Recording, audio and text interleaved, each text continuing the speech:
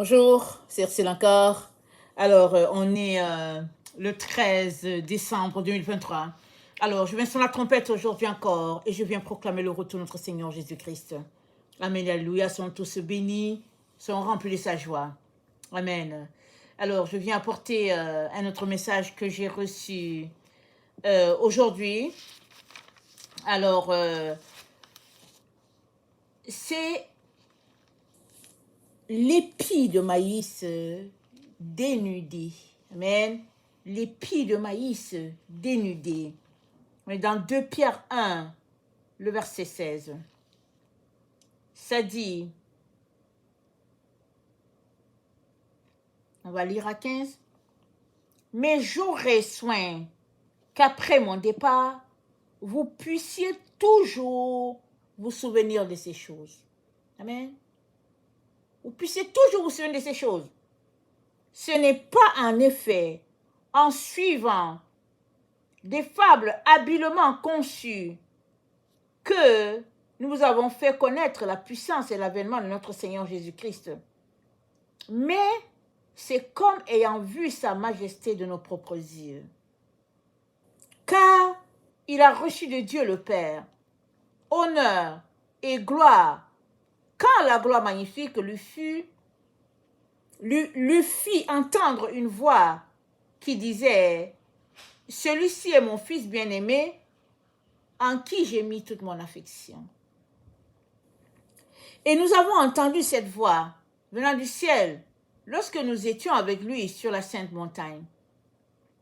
Et nous tenons pour d'autant plus certaine la parole prophétique à laquelle vous faites bien de prêter attention, comme à une lampe qui brille dans un lieu obscur, jusqu'à ce que le jour vienne apparaître et que l'étoile du matin se lève dans vos cœurs.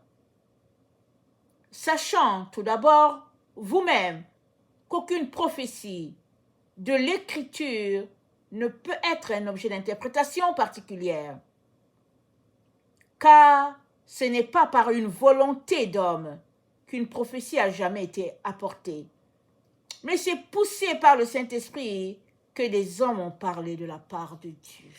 Amen. Poussé par le Saint-Esprit, les hommes ont parlé. Depuis les temps anciens jusqu'à notre temps. Dieu révèle toujours sa volonté. Et certains obéissent, certains n'obéissent pas. Et on est dans le temps où Dieu nous dit, c'est le temps de la fin. Et il demande à ses enfants de mettre leur vie en règle parce qu'il ne veut pas la destruction du pécheur. C'est pas ça qu'il veut. Mais il veut que ce dernier puisse se repentir et revenir de sa voie d'égarement parce que Dieu veut lui faire grâce. Il veut lui faire miséricorde parce qu'il aime l'être humain. Il a compassion de la personne. Mais plusieurs ont choisi la voie de l'égarement. Et Dieu dit, sa doctrine mise en place est devenue un épi de maïs dénudé. Les enfants de Dieu ont pris la doctrine de Christ et ils ont arraché ce qu'ils ne voulaient pas. Comme un épi de maïs qui est là, bon à manger, nourrissant, où plusieurs peuvent trouver de l'appétit, mais ces enfants ont décidé tout simplement de prendre l'épi. Certains ont enlevé la pelure, d'autres ont enlevé les grains, et puis ils ont enlevé. Finalement, il reste juste la tige qui forme l'épi, et ils ont dit, voici la doctrine chrétienne. La doctrine chrétienne, à plusieurs niveaux, à plusieurs endroits sur la terre, a été réduite à un épi de maïs, sans grain dessus, sans rien. Et plusieurs trouvent leur joie, leur bonheur à avoir en main un épi de maïs sans rien dessus. Et Dieu dit, voilà comment sa doctrine, sa lumière a été détruite par les hommes et ils sont nombreux qui aiment cette tige-là, vide, sans rien dessus. Ils l'aiment ainsi. Mais par la bouche de l'apôtre Pierre, il dit, verset 16, « Ce n'est pas en effet en suivant des fables habilement conçues que nous avons fait connaître la puissance et l'avènement de notre Seigneur Jésus-Christ. » Ce n'est pas des fables. Ils étaient là, ils ont écrit, ils ont vu, eux-mêmes étaient les témoins. Ils ont abandonné le Seigneur au moment où Jésus-Christ voulait le plus d'eux. Ils l'ont abandonné. Ils sont revenus de cette voie. Amen. Et ils écrivent, ils disent, nous n'avons pas inventé. Nous n'avons pas habilement fabriqué une histoire pour dire, voilà, Jésus-Christ a vécu ici, voilà ce que Jésus-Christ a fait. Pierre dit, mais non. Il dit, nous avons vu sa majesté de nos propres yeux. Et Pierre fait partie des trois qui ont vu la transfiguration. Il fait partie de ceux-là qui ont vu Jésus avant la résurrection, qui l'ont vu après, et ils l'ont vu partir. Et nous ne l'avons pas dans notre Bible, mais c'est dit dans plusieurs écrits que Jésus-Christ se manifestait souvent à eux, même quand il était parti, il se manifestait à eux. Le temps que les disciples se remettent sur pied, comme on dit, Jésus-Christ se manifestait. Et aujourd'hui encore, on sait qu'il se manifeste à plusieurs endroits, n'est-ce pas? Il y en a qui le voient dans les rêves, il y en a qui le voient en vision, il y en a qui le voient. Alors, Jésus-Christ se manifeste encore de nos jours. Il n'a jamais cessé de se manifester. Mais ce n'est pas des fables. Ce n'est pas une personne qui s'élève, qui dit, ok, mon Jésus à moi, il est comme ça, voilà ce que je crois. Et puis l'autre dit, non, nous, notre Jésus, voilà comment on croit qu'il est, voilà, voilà. Non, ce n'est pas ça. Il y a un seul Jésus qui est mort sur la croix pour l'humanité. Et le Fils de Dieu, il est venu pour sauver l'humanité. Il ne peut pas être 1000. Il y a un seul. Avec une seule doctrine, avec un seul Père, un seul baptême, un seul esprit. Amen. Et tous ceux-là qui disent qu'ils sont à lui, qui lui appartiennent, sont appelés à marcher comme les apôtres ont marché. Tous ceux-là de notre temps qui disent qu'ils appartiennent à Jésus, ils sont appelés à être en communion avec les autres qui nous ont précédés. Ce n'est pas possible de dire que tu appartiens à Christ, mais ta doctrine n'a rien à voir avec ce qui a été établi. Alors, Pierre a donné son témoignage que nous venons de lire. Et voilà ce que Jean, lui, il dit.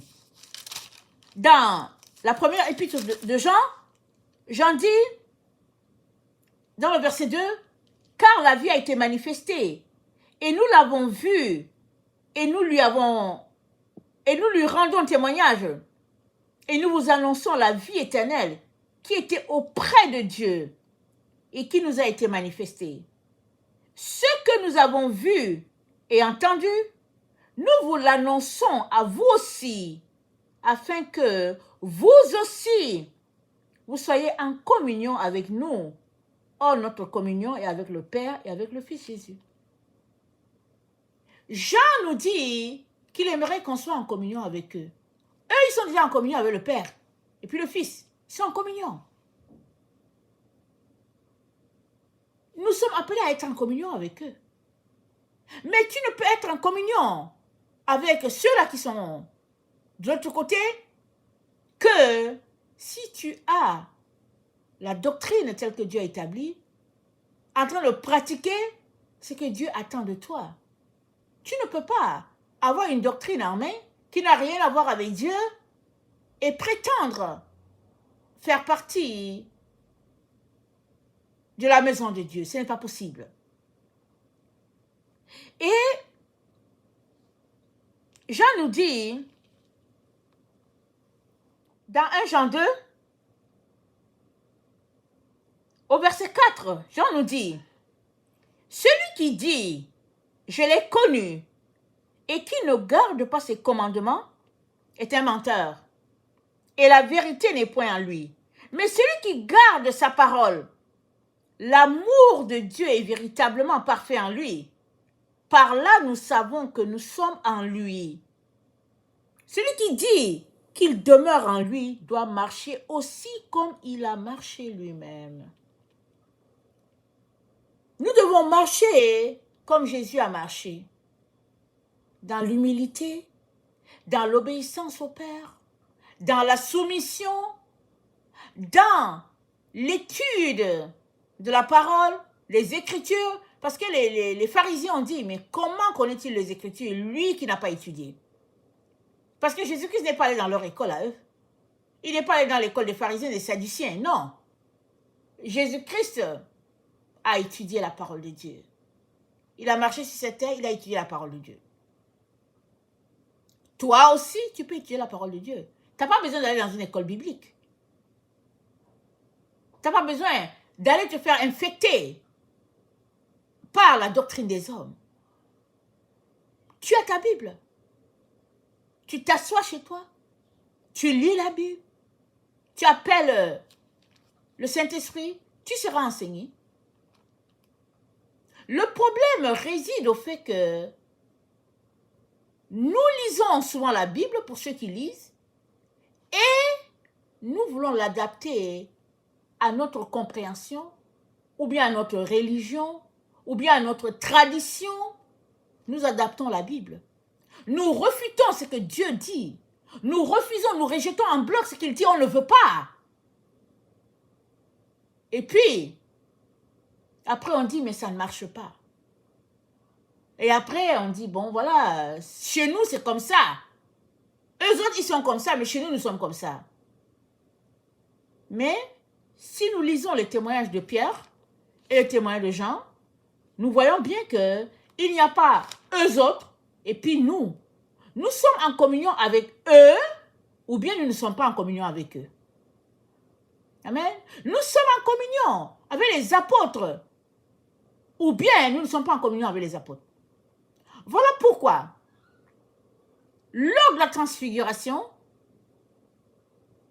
l'image que Dieu leur a donnée, c'est Dieu le Père qui s'est manifesté. Jésus est en train de prier, en train d'agoniser. Et la Bible nous dit que Élie et Moïse s'est retrouvés là. Là où il y avait Jésus et les 3 disciples. Pierre, Jean et Jacques. C'était important pour Dieu de révéler son Fils, c'est-à-dire que les disciples, le Seigneur savait qu'ils allaient vivre des moments difficiles. Il est venu les réconforter, n'est-ce pas? Mais aussi, en présentant Élie et puis Moïse, Dieu était en train de dire, les prophètes, parce que Élie représente les prophètes, Moïse représente la loi. C'est 2 choses très importantes que tu ne peux pas rejeter. Aujourd'hui, la doctrine de Christ, à plusieurs endroits, n'a rien à voir avec ce que les apôtres nous ont enseigné, et encore moins ce que Jésus-Christ a enseigné. Rien. Chacun fait ce qu'il veut, chacun dit ce qu'il veut, et puis, de fable en fable, des doctrines sont tissées ça et là. Mais, Dieu nous dit, c'est très important que nous soyons en communion avec Dieu le Père, Dieu le Fils. C'est très important. Avec ceux qui nous ont enseignés, avec les saints d'autrefois, c'est important. Et nous ne pouvons pas rejeter ce qu'eux, ils ont observé. Il y a beaucoup de choses que nous avons perdues avec le temps, n'est-ce pas? Quand les disciples ont demandé à Jésus, mais quand est-ce que tu vas venir? Il leur a dit, pourvu que vous ne soyez pas dans la séduction. Parce que tous ceux-là qui seront emportés par la séduction ne vont pas arriver à destination. C'est dit dans Apocalypse 22, le verset 14, « Heureux ceux qui lavent leurs robes afin d'avoir droit à l'arbre de vie et d'entrer par les portes dans la ville. Dehors les chiens, les enchanteurs, les impudiques, les meurtriers, les idolâtres, et quiconque aime et pratique le mensonge. » Et puis, on a tout simplement l'impression que les différentes branches ou les différentes dénominations chrétiennes ne lisent pas ces versets-là. Parce que elles ne marchent pas selon ce qui a été établi par le Seigneur. Plusieurs églises ne marchent pas selon ce qui a été établi. Mais ce qui est grave, c'est que elles ne se sentent pas concernées, ces églises-là, par ces paroles. Parce que ça parle que ceux qui pratiquent le mensonge seront dehors de l'enceinte de Christ. Mais on dirait que les gens lisent, mais on dirait qu'ils ne saisissent pas, ou bien ils refusent ce que Dieu dit. Et nous sommes à ce temps-là où, plus que jamais, nous devons nous convertir à ce que notre Seigneur a appris, ce que notre Seigneur a enseigné à ses enfants, à ses disciples. Nous devons nous convertir à cela. Et quiconque cherche la vérité sera éclairé par notre Seigneur. On ne peut donc pas continuer avec 1000 doctrines répandues sur la terre en disant « Ok, c'est pas grave, l'essentiel est d'aimer Jésus et puis de le célébrer et puis bon voilà, et puis l'essentiel est de croire en Jésus. » Non, l'essentiel n'est pas de croire. Parce que Jésus-Christ n'a pas enseigné 1000 doctrines. Il a enseigné une seule.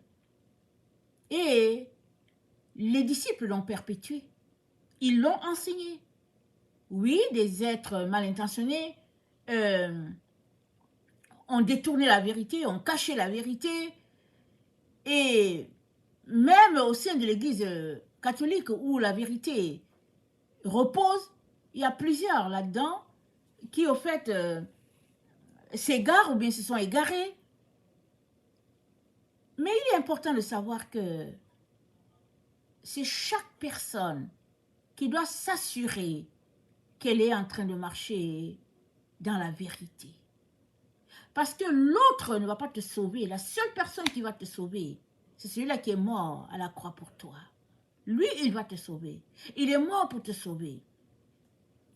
Alors, pourquoi attendre le conseil d'une association, le conseil d'un groupe, le conseil du groupe d'amis, le conseil de la famille, pour pouvoir quitter la voie du mensonge? Pourquoi attendre leur bénédiction? Ton salut, c'est entre toi et Dieu. Tu ne peux donc pas persister sur la voie de l'erreur et attendre que quelque chose vienne et puis te sorte de là. Non! Le Seigneur dit de sortir de là. De sortir de là. Donc les gens ont en main une doctrine de Christ qui correspond à un épi de maïs dépouillé. Il n'y a rien sur l'épi. Rien. Tout a été enlevé. Tout ce qui fait la lumière, tout ce qui fait la vérité, tout a été arraché. Tout. Et finalement, les gens ont en main un squelette où il n'y a rien. Et ils disent, nous sommes sauvés. Jésus nous a libérés. Alléluia, amen. Délivrés des différentes pratiques. C'est ça que les gens disent. Mais ces pratiques-là, entre guillemets, c'est quoi? C'est des préceptes. C'est des commandements. C'est les lois de Dieu. Et ces lois, ces préceptes, ces commandements sont la vérité. C'est le reflet du Père. Tu ne peux donc pas dire, moi j'ai Christ, mais toutes ces choses je ne les pratique pas, et puis je fais à notre manière. Chez nous, ça se passe comme ça, et puis chez eux, ça se passe comme ça. Non, non, non, non, non, non. Il y a une seule doctrine, un seul évangile, une seule vérité, un seul baptême.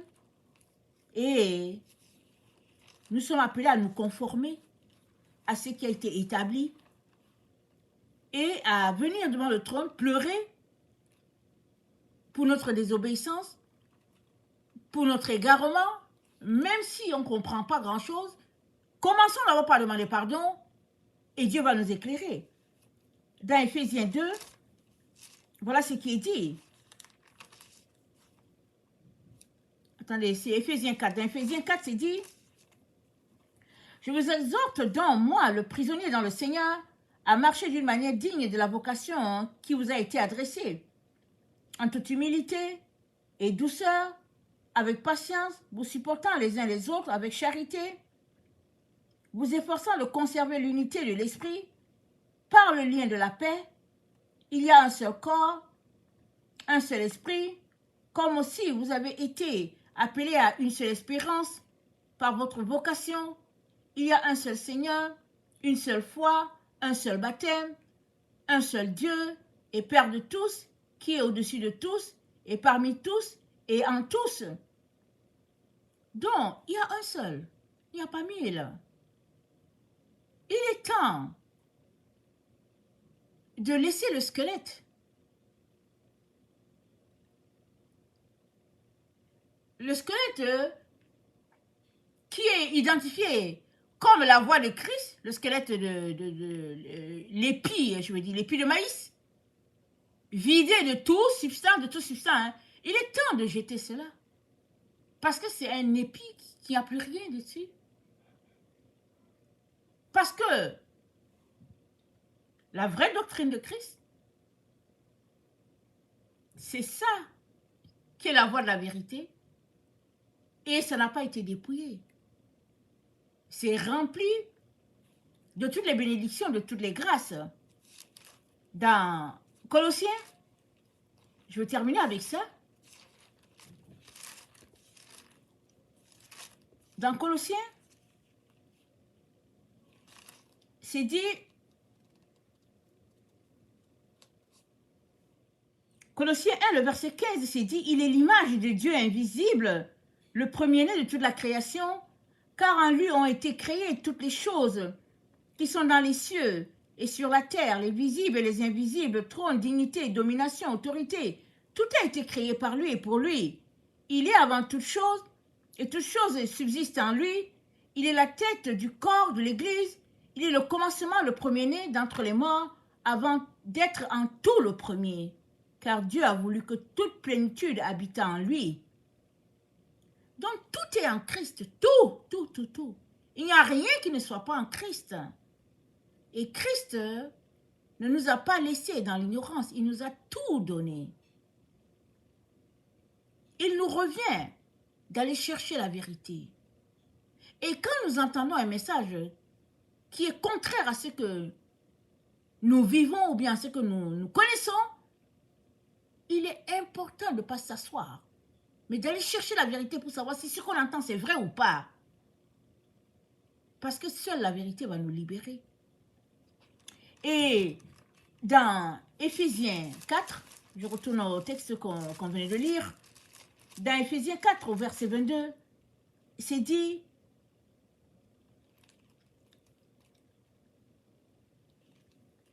je vais lire, attendez, ok, au verset 20, mais vous, ce n'est pas ainsi que vous avez appris Christ, si du moins vous l'avez entendu, et si conformément à la vérité qui est en Jésus, c'est en lui que vous avez appris, pardon, vous avez été instruit à vous dépouiller, eu égard à votre vie passée, du vieil homme qui se corrompt par les convoitises trompeuses, et à être renouvelé dans l'esprit de votre intelligence, et à revêtir l'homme nouveau, créé selon Dieu, dans une justice et une sainteté que produit la vérité. C'est nous qui sommes appelés à nous dépouiller. Ce n'est pas la doctrine que nous devons dépouiller. Les humains, ce qu'ils ont fait, ils ont dépouillé la doctrine de tout ce qui ne les convenait pas. Quand il y a quelque chose qui ne les convient pas, ils ont enlevé. Ils ont fait sauter tout, ils ont jeté, ils ont dit non, c'est pas ça. Et si ils ont tout enlevé, finalement, ils ont en main un épi de maïs vide. Mais on ne peut pas faire sauter les choses parce que cela ne nous convient pas.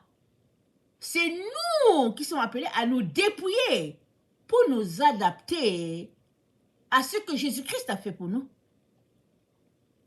Et notre dépouillement consiste à ôter ces choses des ténèbres et à revêtir le vêtement nouveau que Jésus-Christ a pour nous. Et ce vêtement, c'est Jésus. Tous les enfants de Dieu seront vêtus de Jésus. C'est ça le vêtement. Ce n'est pas à la doctrine d'être dépouillé, c'est à nous d'être dépouillés afin de revêtir Christ et d'être semblable à lui. Quand Jésus-Christ paraîtra, tous ceux-là qui seront trouvés étant ses disciples ou bien ses enfants seront conformes à lui. Il y aura plusieurs petits Christ, comme on dit. Ce sera des images de Christ partout où ceux-là qui professent Christ seront trouvés. Voilà à quoi consiste notre foi, notre engagement, notre marche dans la vérité. Rien n'est facile. Rien n'est donné.